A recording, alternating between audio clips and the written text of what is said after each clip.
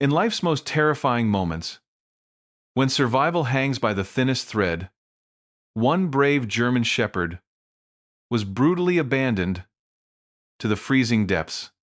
The stone tied to her neck was a cruel death sentence, yet her will to live began an unbelievable story. This is Luna.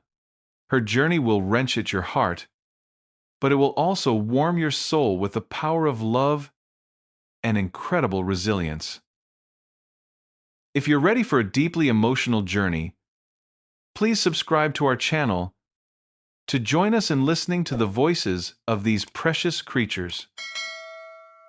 The Sapphire Creek, a ribbon of icy silver, carved its way through the dense forests of western North Carolina. It was a landscape of rugged beauty, where ancient pines stood sentry over a symphony of rushing water and rustling leaves.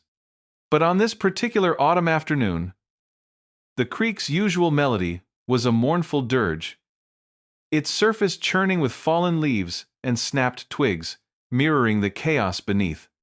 A biting wind, carrying the sharp scent of damp earth and decaying foliage, swept down from the Blue Ridge Mountains, promising an early, unforgiving winter. Beneath the turbulent surface, a life was rapidly fading. Luna, a magnificent German shepherd whose coat, once a vibrant sable, was now a sodden, dark mass, thrashed desperately against an invisible tether. Her powerful legs, built for bounding across fields and scaling challenging terrain, paddled with diminishing strength, each desperate thrust barely keeping her head above the swirling water. Her eyes, normally bright with intelligent curiosity, were wide with an unspeakable terror, reflecting the cold, indifferent sky above. A rough, thick rope, crudely fashioned from what looked like a discarded boat line, was cinched cruelly around her neck. At its other end, unseen in the murky depths, a heavy stone acted as a relentless anchor, dragging her down, down into the frigid abyss. Every gasp for air was a battle, a shuddering intake of the cold, damp November air. Her powerful lungs burned, her throat raw from desperate barks that dissolved into hoarse, choked whimpers. The current, strong and unforgiving, tugged at her, pulling her further from the distant, tree-lined bank. She remembered warmth once, the familiar scent of a human hand, the sound of a voice that, for a time, had offered comfort. But those memories were fleeting, swallowed by the immediate, overwhelming reality of the cold, the suffocating pressure around her neck, and the burning need for just one more breath. She was alone, utterly alone, in this liquid tomb. The sun, a pale, watery disk, dipped lower, casting long, distorted shadows across the water. The light, once a promise of warmth, now seemed to mock her, highlighting the golden hues of the fallen leaves that danced on the surface, oblivious to the silent, desperate struggle unfolding beneath them. A twig, carried by the current, brushed against her nose, a fleeting, indifferent touch in a world that had turned its back on her. Her strength, once formidable, was now a fragile thread, fraying with each passing second. Her legs, heavy with exhaustion, moved slower, her paddling becoming more of a weak flutter. The stone, her tormentor, seemed to gain weight with every fading beat of her heart, pulling her deeper into the watery embrace she fought so valiantly against. A wave, stirred by some unseen force, washed over her face, filling her nose and mouth with the bitter taste of mud and despair. She choked, a terrifying gurgle escaping her lips, and for a terrifying moment, her head dipped beneath the surface, the world plunging into silent, suffocating darkness. Panic, cold and sharp as shards of ice, pierced through her. No! Not yet! Not like this! She kicked. A final, desperate surge of will. Her head broke the surface again. A gasp, a shuddering breath, that felt like it ripped through her very soul. But it was only a reprieve. The effort had drained the last reserves from her body. Her eyes, wide and pleading, scanned the darkening banks, not for a familiar face, not for rescue, but perhaps just for a final glimpse of the world she was being forced to leave behind. The current pulled harder. The rope tightened, and the stone called to her, a silent, relentless siren song to the depths. Her struggles grew weaker, her breathing became shallower, and the cold, unfeeling embrace of the Sapphire Creek began to claim her, inch by agonizing inch, pulling her down into the endless, watery black. The last vestiges of fight drained from her, replaced by a terrifying, resigned stillness as the darkness threatened to consume her entirely. The piercing chill of the autumn air bit at Eleanor Vance's weathered cheeks as she made her way along the winding path bordering the Sapphire Creek. Her steps, usually brisk and purposeful, felt heavy today, each one a dull echo of the quiet solitude that had become her constant companion. Eleanor, a woman in her late 60s, carried the soft weariness of a life well lived, but now touched by profound absence. Her silver-streaked hair was neatly tied back, framing a face lined with kindness, though her eyes, a muted shade of blue, often held a lingering sadness, a testament to the beloved husband she'd lost 2 years prior. Her old, familiar wool coat, a faded tweed, offered little warmth against the encroaching cold. She'd just picked up a few groceries from the small general store in town, a mundane task that felt disproportionately weighty in the vast quiet of her days. Her thoughts drifted, a gentle tide of remembrance and routine. The list for tomorrow, a call she promised her sister, the comforting rhythm of her solitary existence. Suddenly, a sound cut through the drone of the creek and the whisper of the wind. It wasn't a sharp cry, nor the familiar bark of a dog. It was something far more primal, a weak, ragged gurgle, a desperate, broken whimper that spoke of an ending. Eleanor froze, her heart seizing in her chest. It was the sound of hope, dying, a sound that stirred a deep, forgotten ache within her. She moved, drawn by an invisible thread, towards the bank, her gaze sweeping the churning water. Then she saw it, a dark, struggling silhouette against the roiling gray, its limbs flailing weakly. A dog. Its desperate, fighting eyes, filled with a raw, primal struggle, locked onto hers across the turbulent current. "Oh my God!" Eleanor gasped, her voice cracking, the grocery bag slipping from her numb fingers to land with a soft thud on the pebbled shore. She didn't think. She didn't hesitate.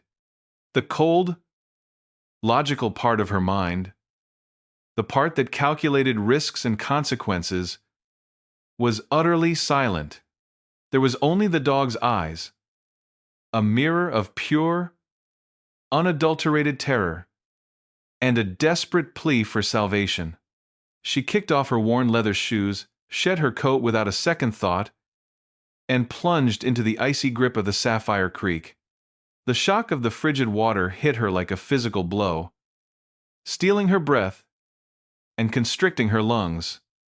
It was an overwhelming, brutal cold that clawed at her skin and muscles, threatening to paralyze her. Yet she pushed forward, her arms slicing through the relentless current, each stroke a defiant act against the water's crushing embrace. The chill seeped into her bones, but the dog's eyes, wide and fixed on her, pulled her onward, a silent beacon in the tumultuous water.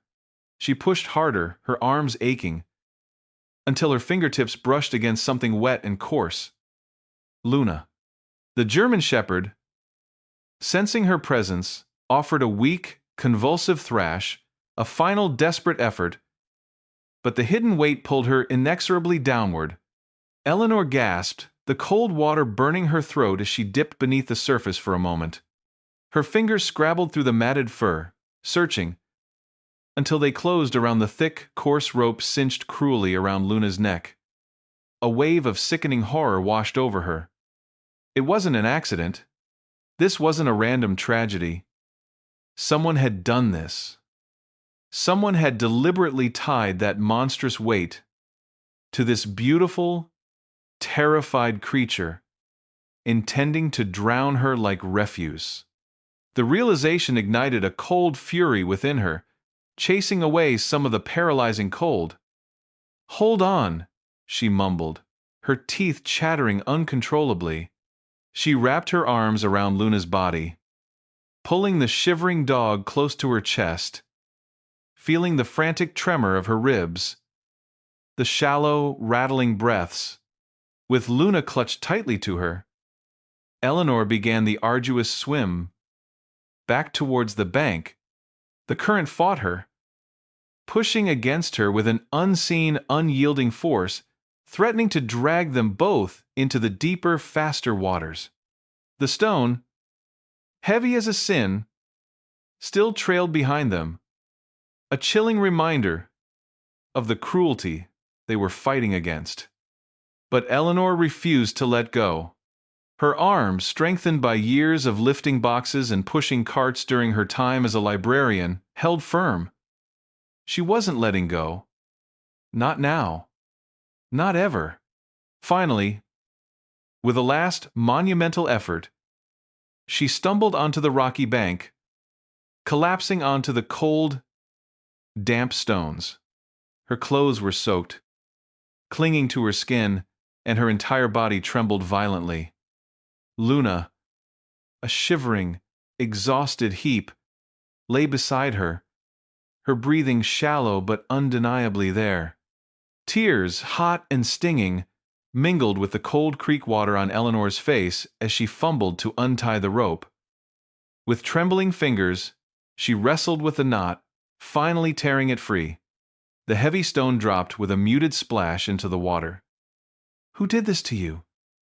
she whispered, her voice choked with a mixture of raw anger and profound grief. A vivid memory flashed through her mind. Her own beloved golden retriever, Buster, whose passing had left such an aching void in her heart.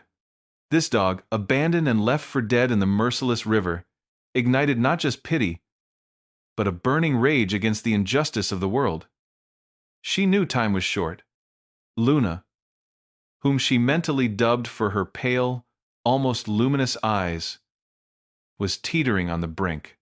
Gently, carefully, Eleanor lifted the heavy dog into her arms. Her own legs shook, weakened by the cold and the exertion, but she found a surprising surge of strength. She carried Luna towards her old, reliable sedan, parked near the bridge. She wrapped Luna in an old, comforting blanket from the trunk, one that smelled faintly of pine needles and home, and set off towards the town's small, 24-hour animal clinic, her heart a mixture of fear and fierce determination. Every ragged breath from Luna cut through her, but Eleanor whispered words of encouragement, a litany of desperate hope. "You're strong, Luna. You can do this. You have to."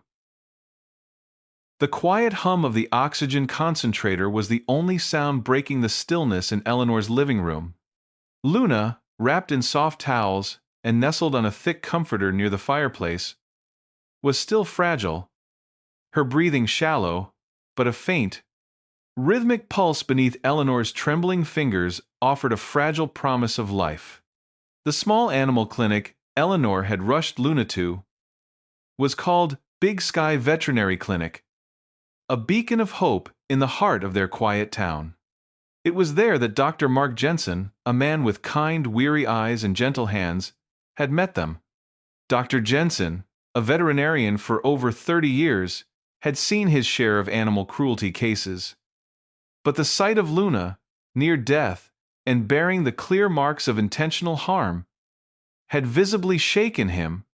"She's in critical condition, Eleanor," he'd said, his voice grave as he examined Luna. "Severe hypothermia? Exhaustion? Bruises from whatever was tied to her? But she's a fighter. We'll start her on IV fluids, warm her up slowly. We'll do everything we can." Eleanor had simply nodded, tears streaming silently down her face, pooling on the clinic's cold tile floor. She'd recounted the horrifying discovery in the river. The rope, the stone, the silent, desperate struggle. Dr. Jensen had shaken his head slowly, his expression grim. "This wasn't an accident, Eleanor. Someone wanted her dead. I've seen her before." Eleanor's heart had clenched. "You have?" He sighed, his gaze distant. "Yes. Her name was Luna. She was registered to a woman who surrendered her to the shelter a few months ago. Then, she was adopted by a different couple. That's all I know." Eleanor had stood frozen. Luna. The name, chosen by chance in her mind, was her true name. She looked at the fragile German shepherd, whose eyes were now closed under the IV drip, and felt an undeniable pull, a sense that this encounter wasn't just an obligation, but destiny. She thought of Buster, her beloved golden retriever, and how he'd looked at her with such trust and love before he passed. She couldn't abandon Luna. Dr. Jensen, sensing her quiet resolve, brought a warm, soft bedding for Luna, and a kind-faced veterinary technician named Sarah stayed to monitor her closely. Eleanor sat in the waiting room, her soaked clothes clinging to her, her mind a whirl of questions. Who had tied that weight to Luna? Why was such a strong, beautiful creature discarded like trash in the river? These questions crashed against her, cold and relentless as the river waves themselves. She knew she had to find answers, not just for Luna, but for herself. Luna, fighting so valiantly, had become a fragile beacon in her own autumnal gloom, and Eleanor felt their story was only just beginning. Days bled into a week, then 2. Luna's recovery was painstakingly slow, a testament to the depth of her trauma. Though her physical wounds began to heal, the invisible scars of her past were painfully evident. She was acutely sensitive to sudden movements, flinching at unexpected sounds, and often sought refuge under Eleanor's antique armchair or behind the curtains, her large, expressive eyes darting nervously. When Eleanor approached, Luna would retreat, her tail tucked low, her body tense, despite the gentle words and soft touches offered.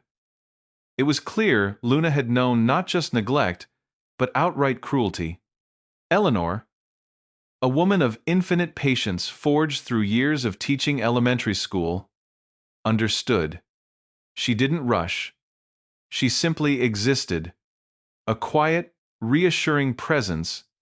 She spoke to Luna in a soft, low voice, describing Buster's silly habits, the warmth of the fireplace, the changing colors of the leaves outside.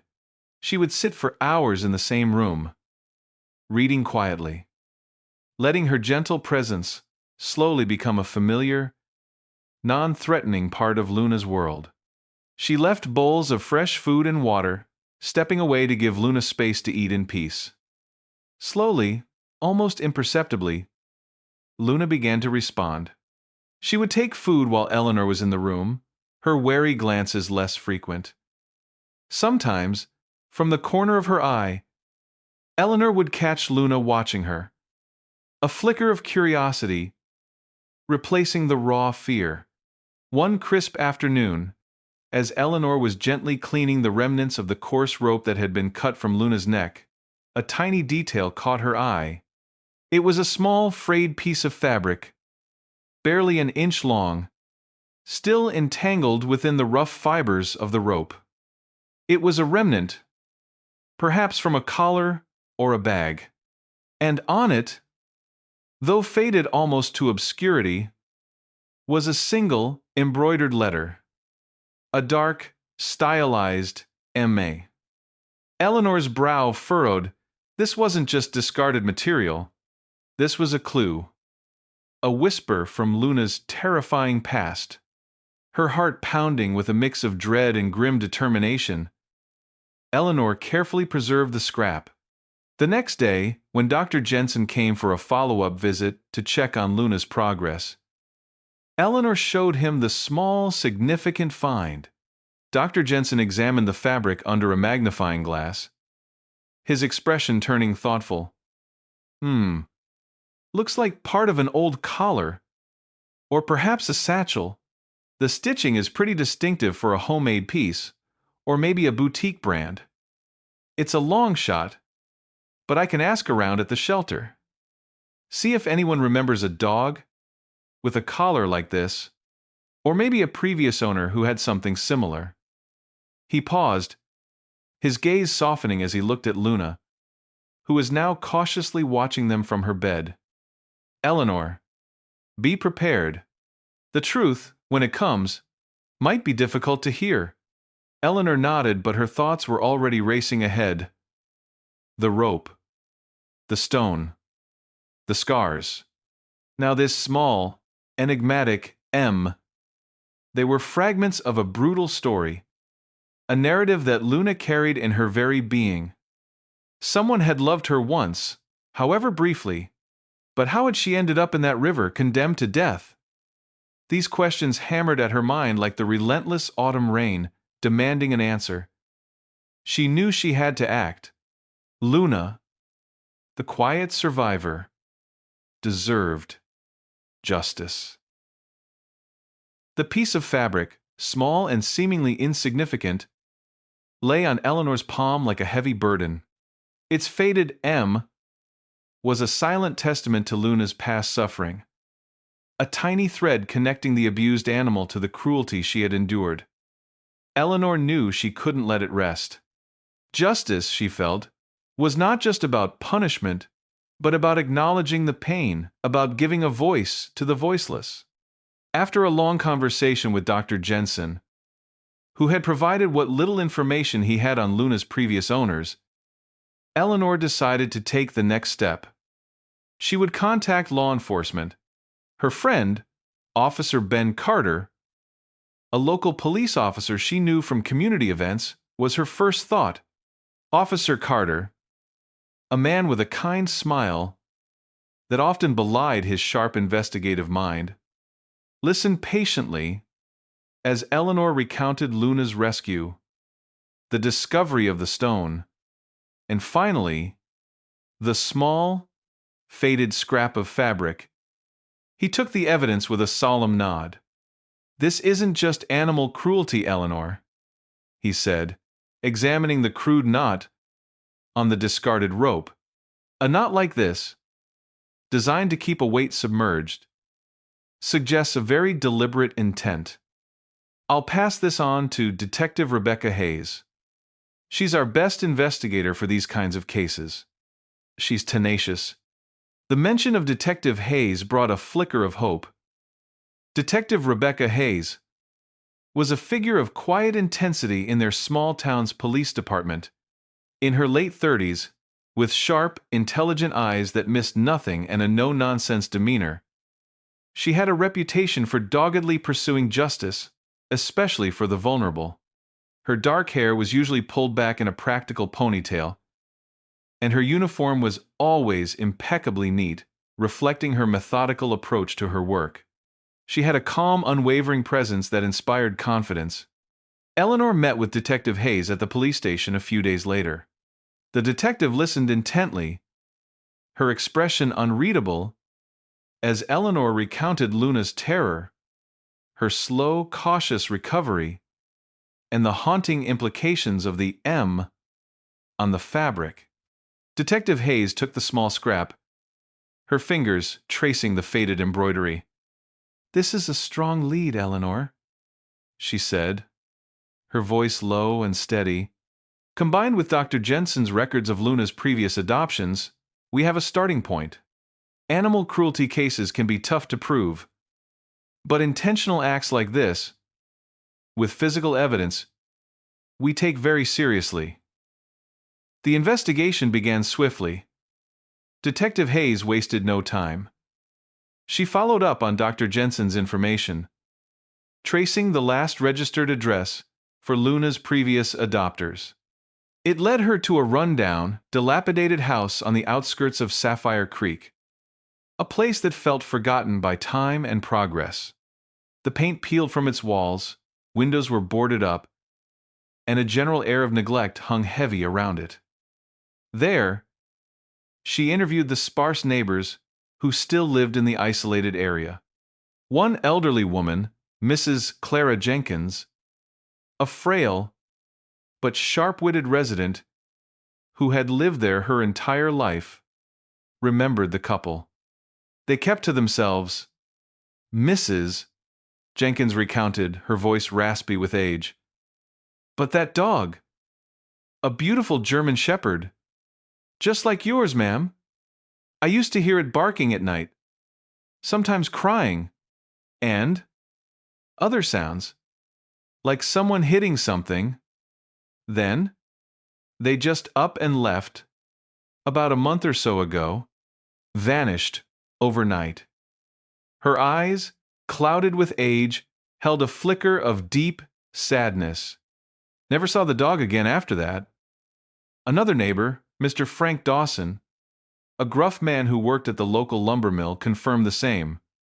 Heard the dog, yeah. Sounded like it was in trouble sometimes. And they left a lot of junk behind. Old furniture, bags of trash. Figured they just cleared out for good.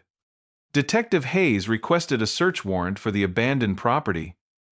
What they found inside the neglected house was a grim confirmation of the neighbors' testimonies.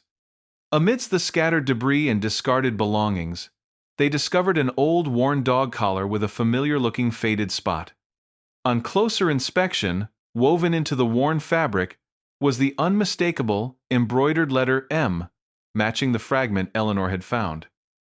It was the same distinctive stitching. This collar, likely ripped from Luna in a final desperate act of violence, was the missing link.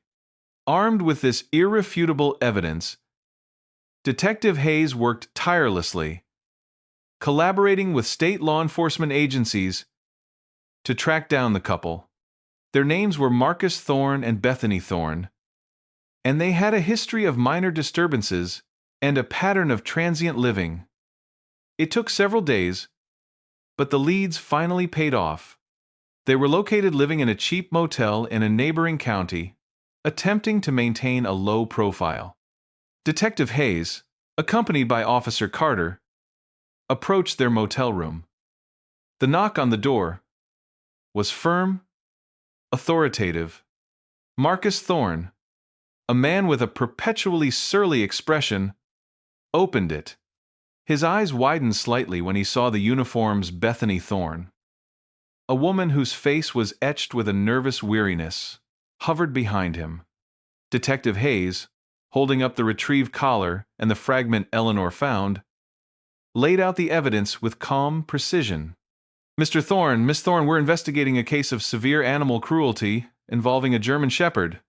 We found this collar at your previous residence, and this piece of fabric was tied to the dog when she was pulled from Sapphire Creek. Marcus's face, usually defiant, paled.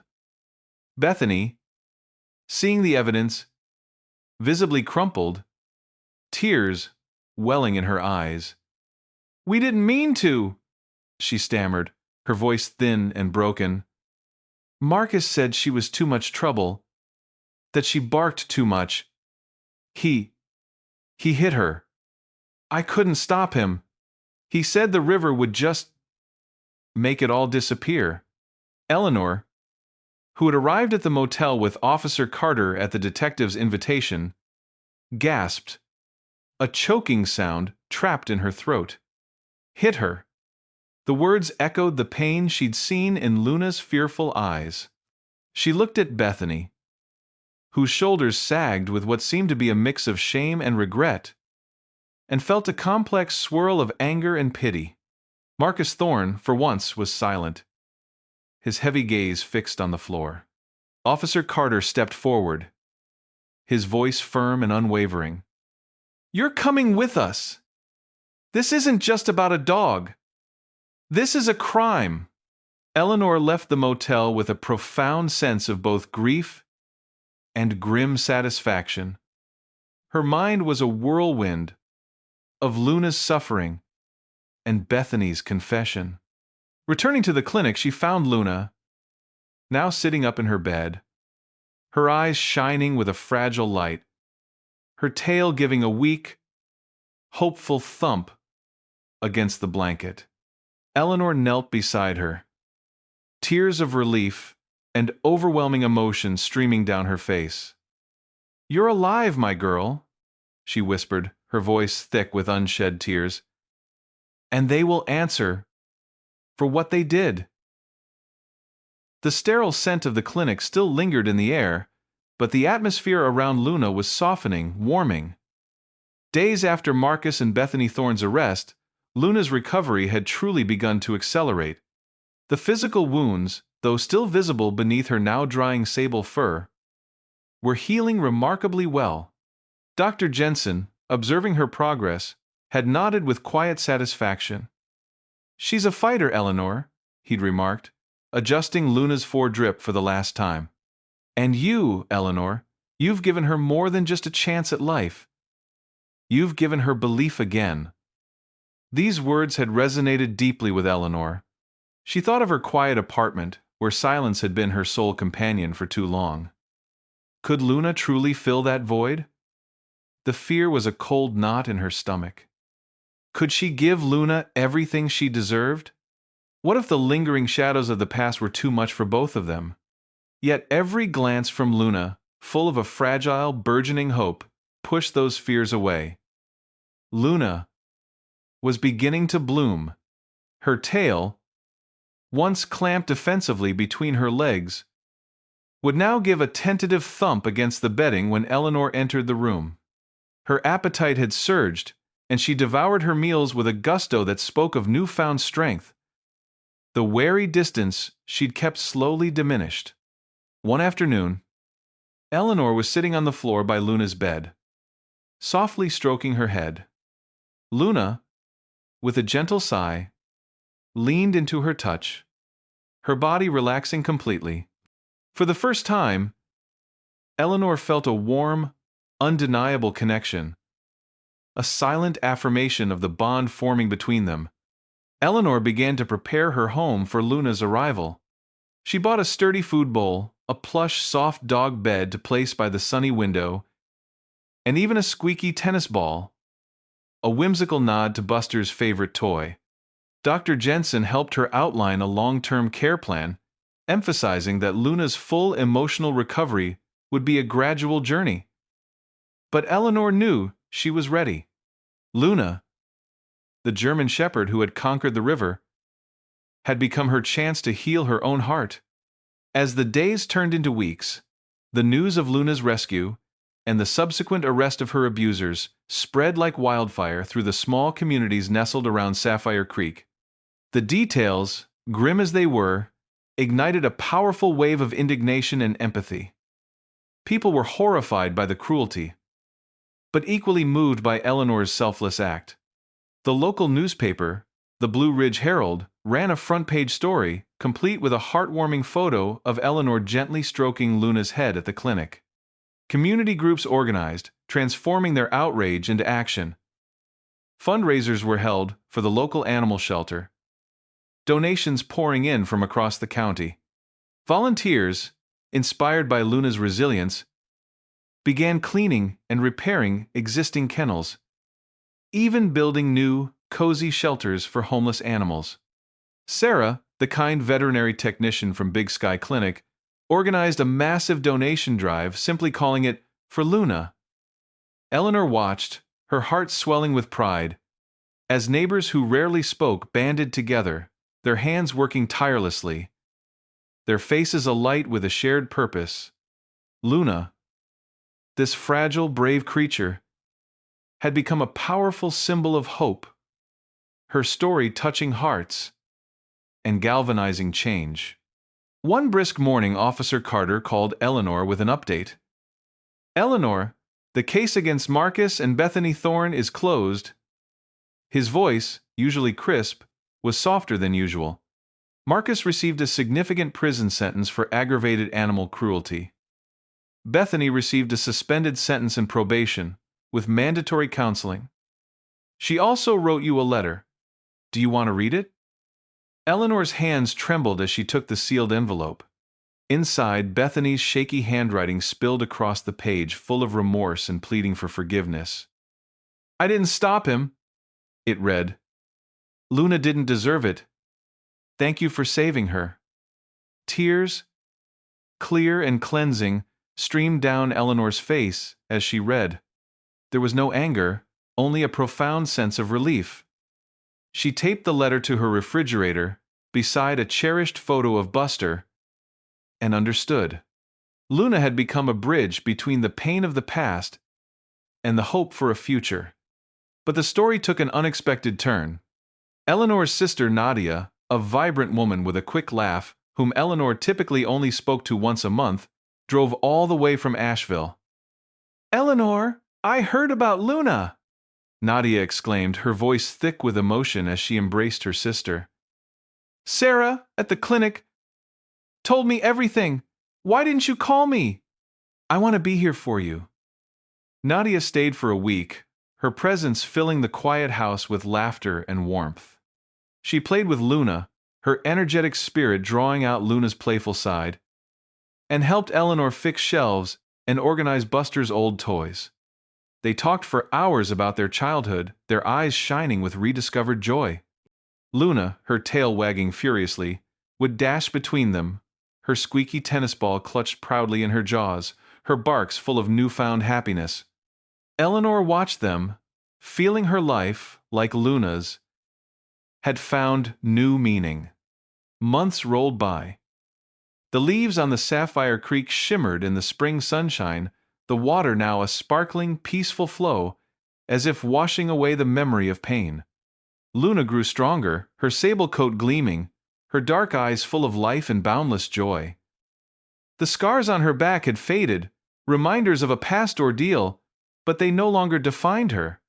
She loved to sleep by the sunny window, her head resting on her soft bed, the tennis ball tucked beneath her paws, her expression peaceful and content.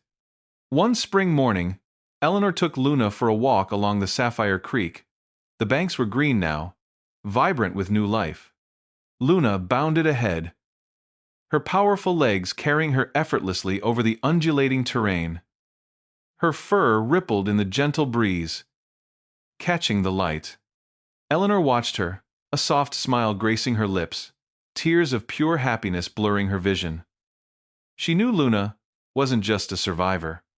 Luna had given her a family, a renewed sense of purpose, and an unwavering belief that kindness and justice would always triumph over cruelty. Luna, found amidst the frigid current, had become her light, and every time Eleanor heard her joyful bark, she silently thanked fate for this precious gift, a gift that had changed everything. Love, in its purest form, often arrives unbidden, an unexpected echo in the quiet corners of our lives. It teaches us that compassion, given freely to the most vulnerable among us, can mend not only broken bodies but fractured spirits, revealing a resilience that truly defies the odds. And in witnessing such profound journeys of healing and hope, perhaps we're reminded that the greatest stories are often found in the simple, unwavering loyalty of a rescued heart. If Luna's journey touched your soul, consider joining our family here, so together, we can continue to share these powerful whispers of hope from the forgotten corners of the world.